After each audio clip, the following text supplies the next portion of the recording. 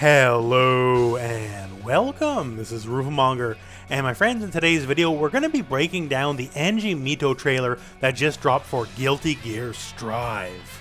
Now, Anji is a returning character for the series, however it's been a long time since he's been in the game.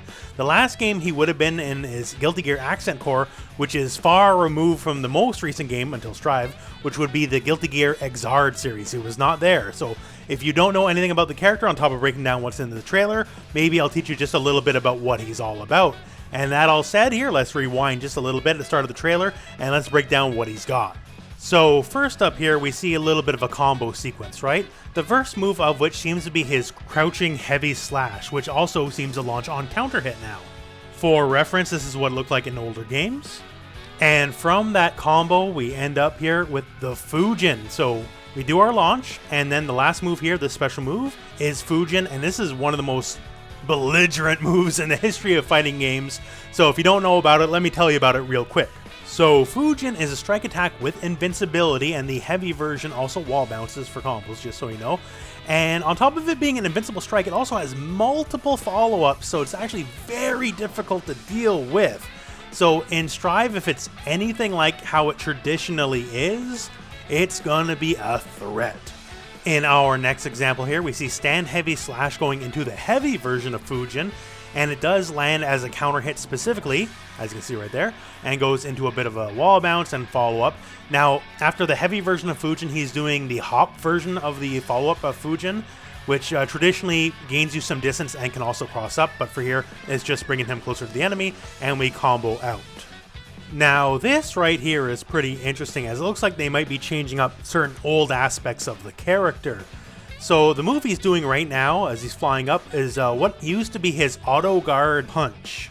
And we'll get into what the autoguards were in a second here, but as shown earlier in the video as well, he can just do it solo, so it's no longer part of a stance, quote-unquote, as it were. So the beginning of this here might be a new forward punch, which is basically the universal anti-air, going into this move, which is now maybe just a Dragon Punch style move on its own. We will talk about auto guards in a second because we'll have another opportunity, but as it stands, yeah, so he recombos in the air, it looks like air dust right there. We get, I'm assuming, a wind pose, and we have another style of combo, another wind pose, and now this little segment right here. So as you can see here, Axel's attack kind of just goes right through Anji. It stops for a split second, then he keeps on going. That is what the auto guard is. Another term for this you might be aware of is guard point. It is effectively a form of super armor. Anji has this property classically on a lot of moves. Normally, you expect this guard point property in a general fighting game sense to be on like a big character, right? You know, a quote-unquote big boy character. And Anji, not so much, but he definitely has this on a lot. And either he can guard point or auto guard through the move and the move will keep on happening, or he has a punch or kick follow-up and he can just go for that instead.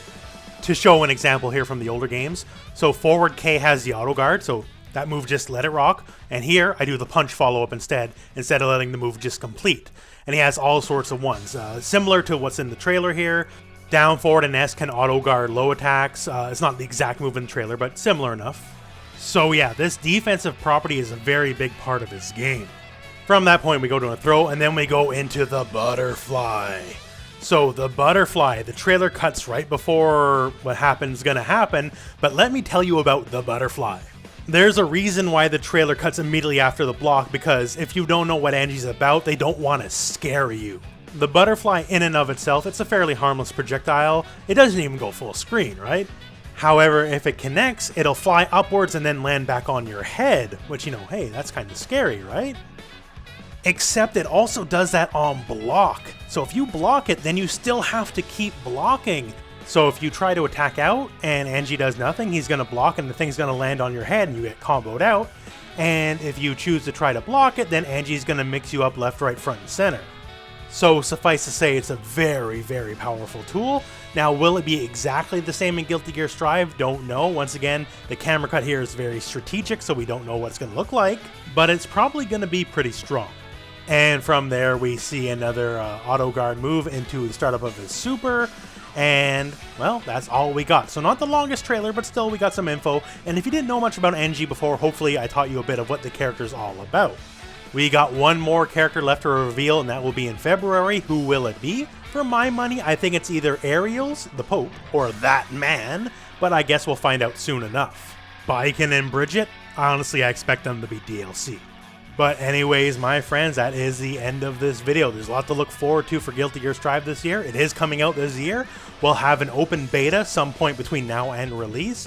And as for everything else, hey, we'll get to it when it comes around. So thank you very much for watching. Hope this video has found you well. Go out and play some Guilty Gear.